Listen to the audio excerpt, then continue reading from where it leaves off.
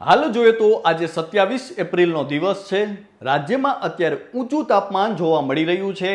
આકરા ઉનાળે પણ અત્યારે જગતના તાતને સૌથી મોટો જો કોઈ પ્રશ્ન હોય તો એ છે કે આ વખતે ચોમાસાની શરૂઆત ક્યારે થશે અને ચોમાસા દરમિયાન કેવો વરસાદ રહેશે।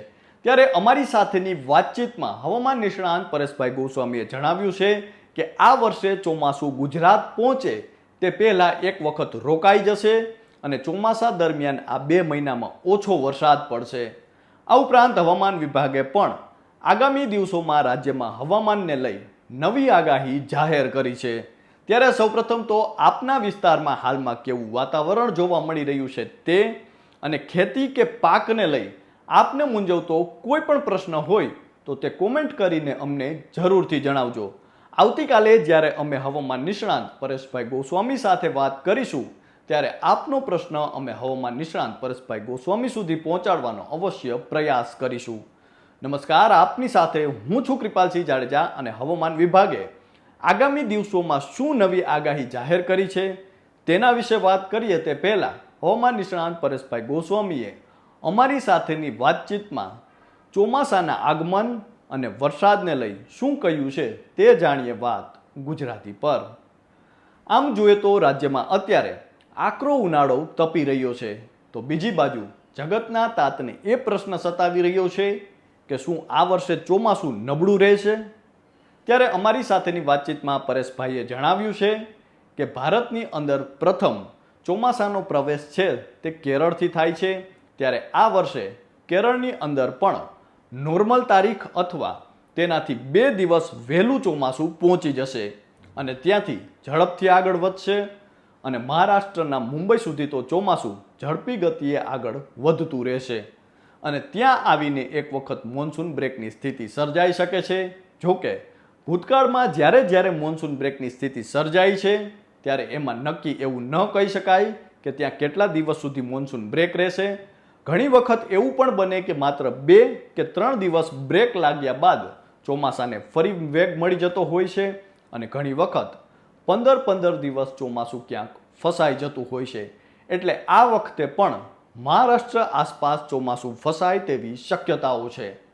જોકે નોર્મલ તારીખ એટલે કે 15 જૂન આસપાસ ચોમાસું ગુજરાતમાં પ્રવેશ કરે અને 30 જૂન સુધીમાં સમગ્ર ગુજરાતને કવર કરી લે તેવી શક્યતાઓ છે અને આ વર્ષે જૂન મહિનાની અંદર ખૂબ સારા વરસાદનું પ્રમાણ રહેશે એટલે કે જૂન મહિનાની અંદર જ ચોમાસાની ધમાકેદાર શરૂઆત થઈ જશે તેવું અનુમાન છે।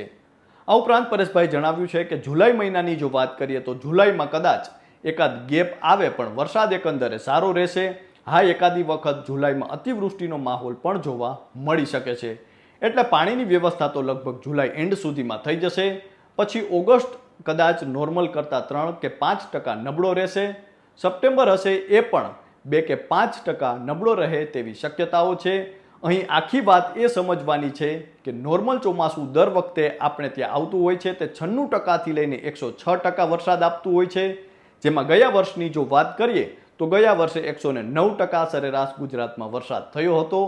આ વર્ષની જે શક્યતાઓ છે તે 90થી લઈને 95% સુધીની એવરેજ આપશે એટલે કે 90%થી ચોમાસું નબળું થાય એવી કોઈ શક્યતાઓ નથી, એ મારું વ્યક્તિગત અનુમાન છે। તો આ તો હતી હવામાન નિષ્ણાંત પરેશભાઈ ગોસ્વામીની આગાહી।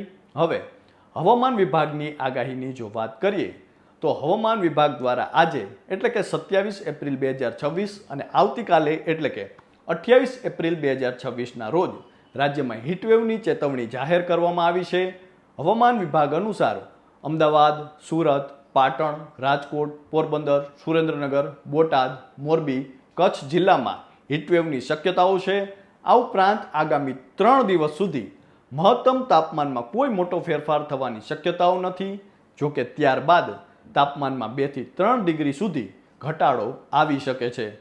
આ ઉપરાંત હવામાન નિષ્ણાંત અમલભાઈ પટેલે જણાવ્યું છે કે ચોમાસાની જો વાત કરીએ તો ચોમાસાની ગતિવિધિમાં પણ ઘણા મતે અલ્નીનોની શક્યતાઓ છે તો વર્ષ નબળું રહે તેવા સંકેતો ગણી શકાશે, પરંતુ હાલમાં હોળીના પવનો અને અખાત્રીજના પવનો જોતા ગુજરાતમાં વર્ષ સારું આવી શકે, પરંતુ કોઈ ભાગમાં ખંડીય વૃષ્ટિ એટલે કે અનિશ્ચિત વરસાદ પણ થઈ શકે છે। તો આ તો હતી હવામાન નિષ્ણાંત પરેશભાઈ ગોસ્વામીની આગાહી, હવામાન વિભાગની આગાહી અને હવામાન નિષ્ણાંત અંબાલાલભાઈ પટેલની આગાહી.